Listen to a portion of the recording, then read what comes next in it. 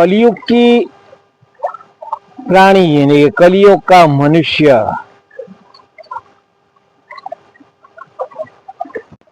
दुखी बहुत है।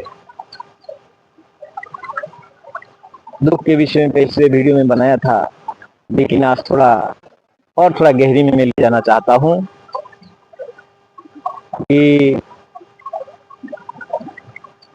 कलयुग में एक ही शरीर में सब लोगों का निवास है।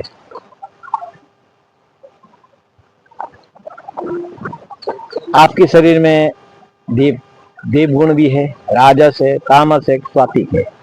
उसी तरह देखा जाइए तो आपके शरीर में देवता का वास भी है, असुर का वास भी है और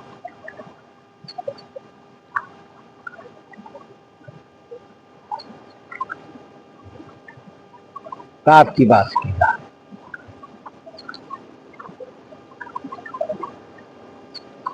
पाप भी है और पुण्य भी है। आपके शरीर में देवता भी हैं, असुर भी है। अगर हम पिछले जाते पिछले समय में जाएंगे, में सब लोगों का डिपार्टमेंट अलग अलग होता था, कोई किसी एक काम में छेड़छाड़ नहीं था। देवता देवता के काम करते थे, असुर असुर के काम करता था, मनुष्य मनुष्य काम करता था। इस पृथ्वी लोक की बात करते हैं, उसमें कोई किसी को इंटरफेयर नहीं करता था, अपने अपनी कर्तव्य में चल रहे थे। ये सत्य युग की बात करता हूं। सत्य युग में क्या था कि सत्य युग का पहला था कि सत्य, दया, तप और ब्रह्म, ये चार महत्व थे। और इस युग में देवलोक का काम, असुर प्रवृत्ति वाला असुर प्रवृत्ति काम करता था, मनुष्य मनुष्य के हिसाब से चल रहा है। सबका डिपार्टमेंट अलग अलग, कोई किसी के पास इंटरफेयर करने का जैसे नहीं आ रहा है। जैसा मैंने थोड़ा माँ की प्रेरणा से जो मुझे स्रोत मिला है, मैं जो दृष्टिगोचर जो मेरा अंदर जो मैं ध्यान में जो कुछ मैं देख पा रहा हूँ, उसी हिसाब से मुझे जो आभास हुआ, जो मुझे प्रेरित हो रहा, वो चीज को मैं आज आपके सामने वर्णना कर रहा हूँ। फिर आया तृतीय युग, भगवान श्री रामचंद्र की। उसी युग में ब्रह्मचर्य गया, सत्य, तप और दान की महानता था। उस युग में भी देव और दानव थे, पर उसमें देवताओं का प्रभुत्व कम होते जा रहा था और दानवों का प्रभुत्व बढ़ते जा रहा था। इसीलिए भगवान को अवतरित होना पड़ा उसी युग में। और ये जो मानव समाज, जो मनुष्य प्रजाति जो प्रताड़ित हो रहा था, उनको सत्य का ज्ञान, धर्म के विषय में और नीति सिखा।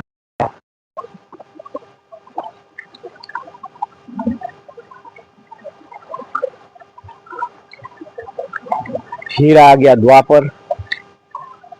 द्वापर में दो वस्तु रहे, धर्म और अधर्म। उसमें तो धर्म और अधर्म ऐसे रहा द्वापर में कि एक ही कुल, एक वंश, एक ही फैमिली में धर्म का भी उत्पन्न हुआ और अधर्म का भी उत्पन्न हुआ।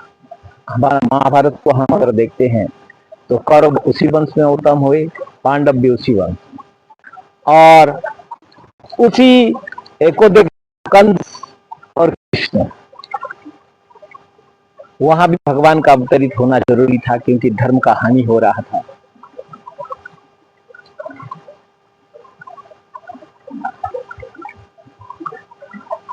तो द्वापर में भगवान को बैलेंसिंग बनाने पड़ा। वहां पाप और पुण्य 50-50% रहेंगे। वहां 50-50% होने के अधर्म का बधार जैसे ज्यादा हो गया, तो भगवान को अवतरित होके महाभारत जैसे युद्ध का रचना करना पड़ा और धर्म को बैलेंसिंग करने के लिए मजबूर हो गए।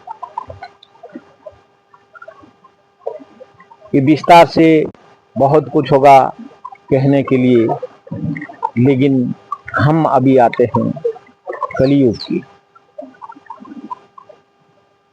कलयुग में एक ही शरीर में, पहले तो देखो द्वापर में एक ही परिवार में था, सत्य में सब डिपार्टमेंट अलग अलग था, पर वही और दानव द्वापर में परिवार में सीमित हो गई। सत्य युग में दोनों में से बढ़ गए, उसी द्वितीय और अदिति में से उत्पन्न हुई एक माँ, एक पुरुष, मतलब एक बाप से दानव को उत्पन्न हुआ।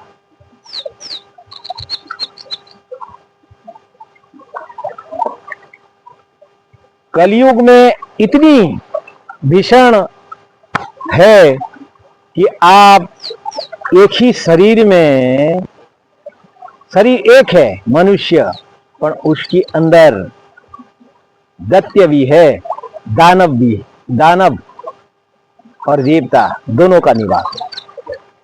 तो कलयुग में क्या हुआ?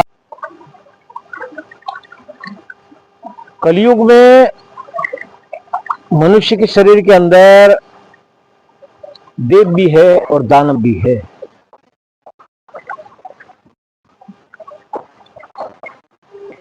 राजस है, तामस है, सात्विक है, तीन गुण से चल रहा है, तो देव भी है, दानव भी है। तो जब हम सात्विक कर्म धर्म के प्रति हम जब चला रहे हैं,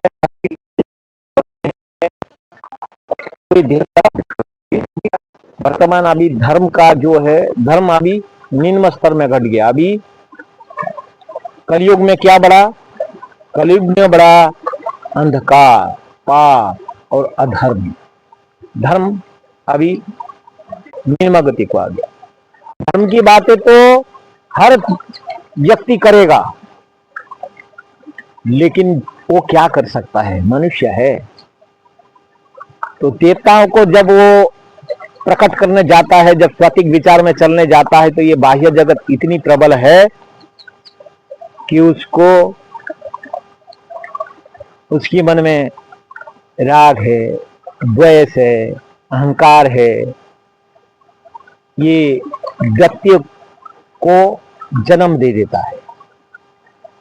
गुस्सा आ जाता है अहंकार के कारण, इच्छा शक्ति प्रबल हो जाता है।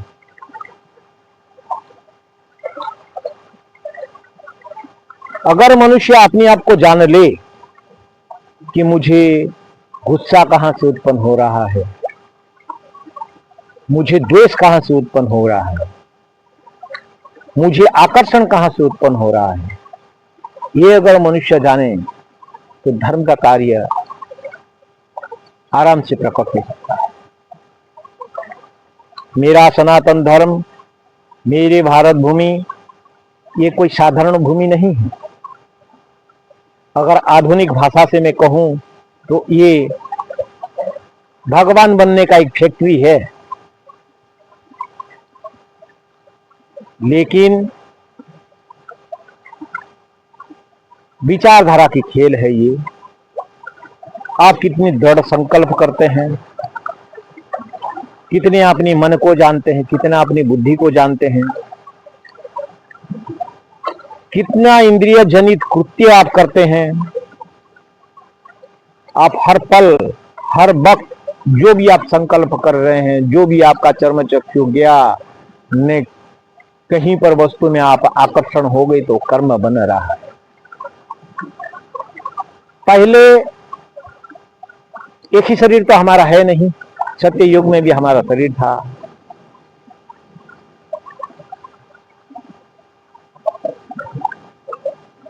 तृतीया में भी हमारा शरीर था, द्वापर में भी हमारा शरीर था, और कलयुग में भी हमारा है।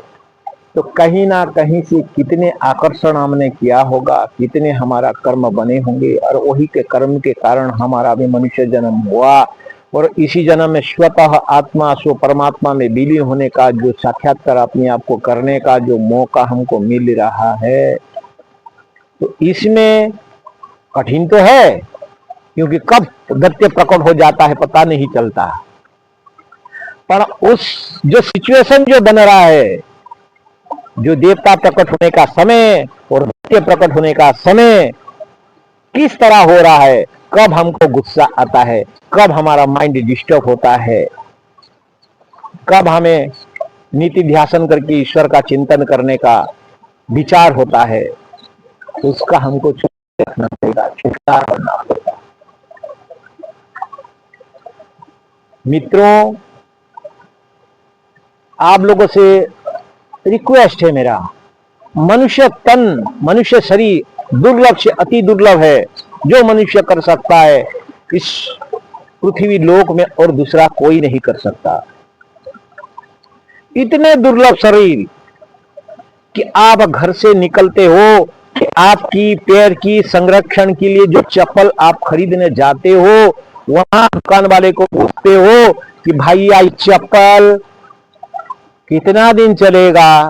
आपकी गाड़ी के टायर खरीदने जाते हो तो उसको भी लिखवा के लेके आते हो कि इसका कितना दिन का गारंटी है। कभी आपने सोचा है ये जो शरीर है कितना दिन चलेगा? ये क्या आपके हाथ में है?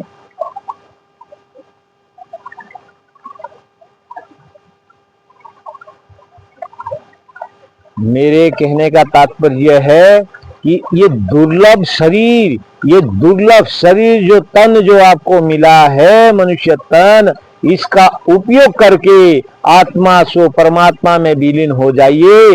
यही आपको धर्म की सेवा हो गया। सदैव धर्म जागृत रहें, चौकीदारी रहो, क्या बोलते हैं उसको, सिक्योरिटी, सिक्योरिटी गार्ड बन जाओ अपनी मन वचन कर्म को, अपनी पंच कर्म इंद्रिया, पंच ज्ञान इंद्रिया को। देखो, ईश्वर प्राप्ति सरल है, दुख का कोई स्थान नहीं रहेगा। जहां धर्म है वहीं दुख नहीं है, जहां अधर्म है वहीं दुख है। तो प्यारे मित्रों, जो शास्त्र है, जो मेरा अनुभव वाणी है, जो मेरे मां नर्मदा मुझे जो प्रेरित कर रहा है, वही वाणी में आप तक पहुंचाने का कोशिश कर रहा हूं। आशा रखता हूं ऐसे ही वीडियो में और बहुत सारे अनेक ने अनेक प्रेरित कर रहा है, लेकिन समय के अभाव और बहुत समय आपका नहीं लेना चाहता हूं मैं वीडियो में। थोड़ा थोड़ा करके आप नीति ध्यासन करो,